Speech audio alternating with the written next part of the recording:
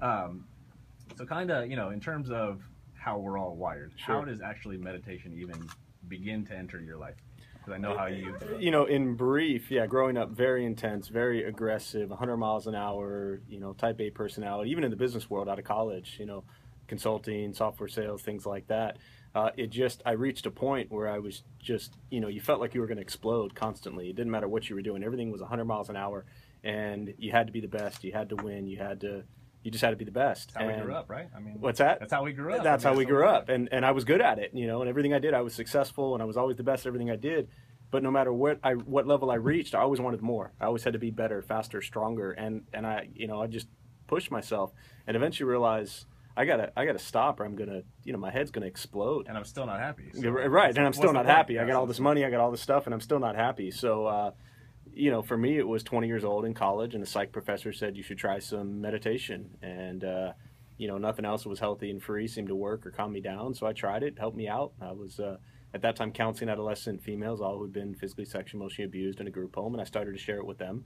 And we'd sit for 5 minutes, we'd close our eyes, we'd take breaths, we'd open our eyes. 5 minutes later, and the whole world I call it the look like you got hit across the face with a 2x4, because you're just stunned when you sit and close your eyes for 5 minutes and breathe. And so I'd never experienced anything like that, and I saw it with these kids, and so that really got me started, 20 years ago.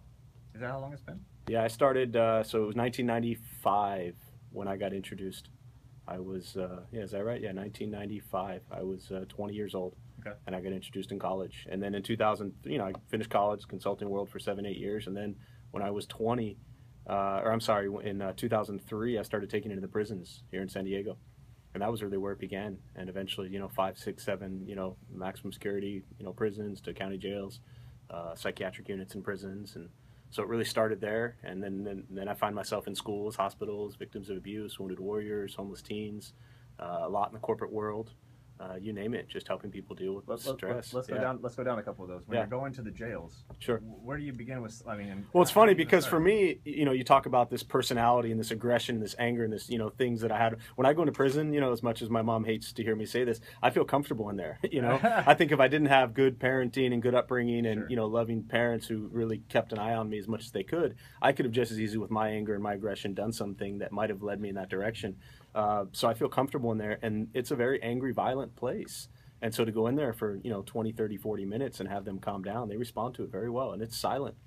For those 30, 40 minutes I'm in there, with those 40 guys, the place I'm at right now, it's just a peaceful place for 40 minutes. The first time you go in there, is it like a roadblock that you kind of have to get through, and then they start to see some benefits? You cut through it real quick. Okay. It's like, dealing with wounded warrior population, active military folks. They're intense, they're aggressive, sitting within the military population, the prison population. It's different than going into maybe a senior center or sitting with 10-year-olds. So there is definitely an intensity that you have to bring. You cut through all the, you mentioned earlier about the hit Asper, you cut through all the, all that stuff that everybody thinks meditation is about, and you let them know, look, you're not going to feel the earth through your feet. You're not going to float. You're not going to have any magical experiences. You're just going to sit. Your head's going to drive you nuts for 5 minutes and spin and race, and you're going to learn to sit and deal with it. And so in many ways, in a quiet way, I bring that same level of intensity that I have just into sitting and doing nothing, which is interesting. Oscar and I would like you to meet us at our house every morning. Right. Yeah, you and everybody else are asking me to follow them around and just tell them to stop for, a few minutes. Follow me around and tell me to calm down, please. So, being that you were a fired up guy, yes. Was there like a breaking point that you had to do this? Otherwise, you know what I'm saying? Yeah, I woke up one morning, and this would have been in 2003. And I woke up one morning after going out one night and doing the typical, nightlife, downtown scene, going out, all night and running around, waking up the next day feeling like, crap, and we've all been there, and just said, I'm done. So I don't know, it wasn't like I hit a rock bottom or that I had any addictions or anything like that. I was just tired of that life, and I just woke up one morning and said, I'm done.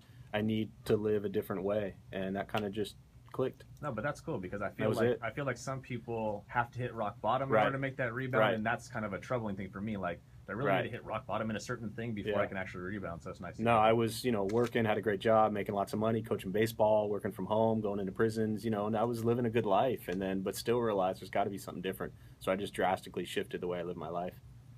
But it wasn't like there was some big event. which is good. I mean, if you don't need the big event, by all means. Right. If you can catch it before you need the big event. Absolutely. That's very nice.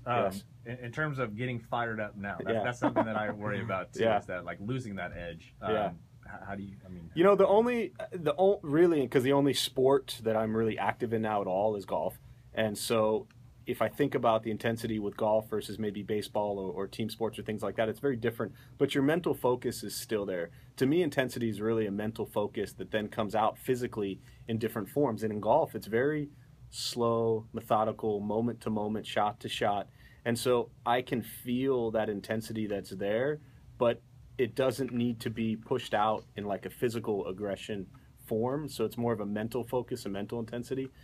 We'll see if I get back to coaching baseball someday, and I'm at the third base box and the umpire, makes a call that I probably don't agree with. Why are you playing? I'm just saying. He didn't make any bad calls in his career. He's an umpire. He's definitely made a bad call. Why you got to be that way? Yeah, he's making plenty. Yeah, so we'll see when that happens. If I calmly walk down the line and ask the umpire to please look at that again, or if I scream and yell. I can't see it either. So we'll have to see.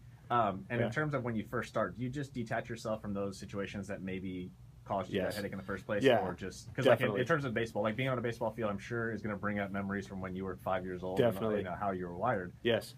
So was that conscious to just stay away for a while? Yeah, early on, again, back at that time, I kind of pulled myself out of environments that I felt weren't going to be healthy for me, or that I was really going to, act out in more of an aggressive way. But then it kind of came back to where now I realize, like, for the most part, can be in any environment, any situation, and still stay pretty calm. I just don't really get angry. It doesn't mean I agree with everything that's happening, right? In the world or in your life, but I recognize it as what's happening, and I just don't get angry at anything anymore. I just realize we're all doing the best we can with what we got, and even umpires, they're doing the best they can with what they got. So maybe that's it. Maybe I would still talk trash, but I would do it in a little bit of a wiser, more compassionate way. Let's go sit down here on the first baseline and meditate. Exactly. Let's meditate on that call. Let's think about this call. That's two. We're talking strikes here. Yeah, the segment's next, so I got to get all my stuff out now. That's a good point. Cross still references when you came over the house. You mentioned people reaching out to you. Yes. I was one of them. Said, Slot, I need you to come talk to me. Yes.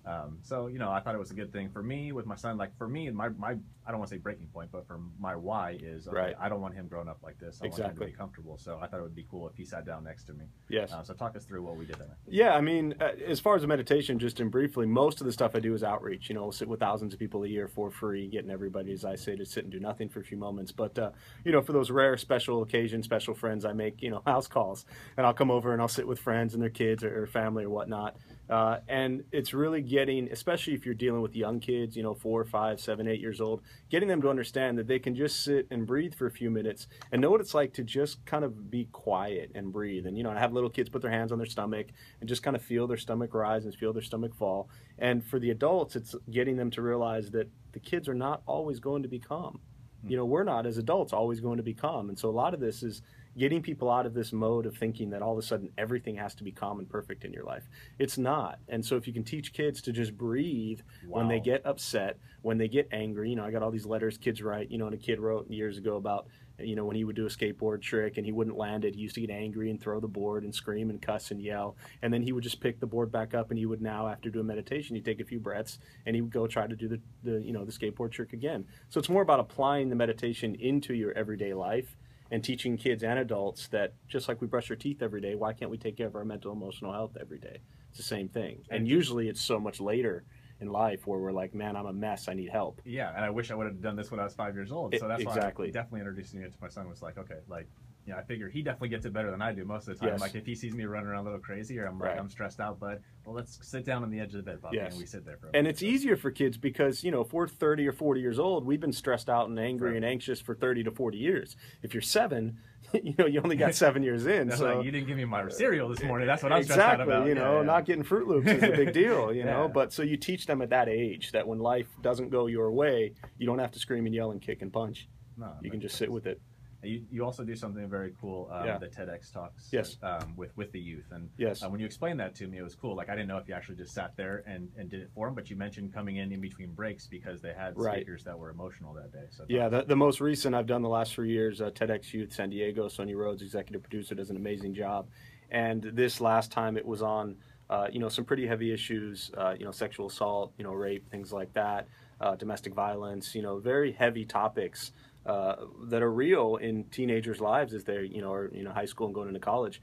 And so while they were going through their TEDx youth event, during the break or, during kind of the middle of the section, I would come out and do just a 3-4 minute meditation to kind of get them all the emotional stuff they're going through, get them to calm down and come back to be present so they could then sit and listen to the rest of the event. But, I was up at Torrey Pines High School, 1,000 kids during their suicide prevention week, and getting that many kids in one room to be silent and do a meditation. Awesome. TEDx Youth was probably 400 kids. So getting that many kids quiet for a short period of time, they learn a ton. They learn that it's okay to just be quiet and pay attention to who they are. Yeah, maybe they'll start teaching some of us growing up. Right, that's the idea. Is I get the kids leading meditation, so then they can teach us. Very cool. So what's next for you, Slot? What do you guys got coming up? It's busy. As founder of the Meditation Initiative, it's been a 501c3 educational nonprofit since 2009. Website, my little plug, meditationinitiative.org. You can go meditate now. But coming up every day is something different. It's the weekly thing in the prison. It's pretty much weekly at the schools. It's working up at UCSD, recently La Jolla Country Day school. So every day I wake up and there's usually requests in my inbox somewhere for meditation somewhere. Awesome. And so I take it, it's free, and I go. Just don't delete mine, okay? Right, never.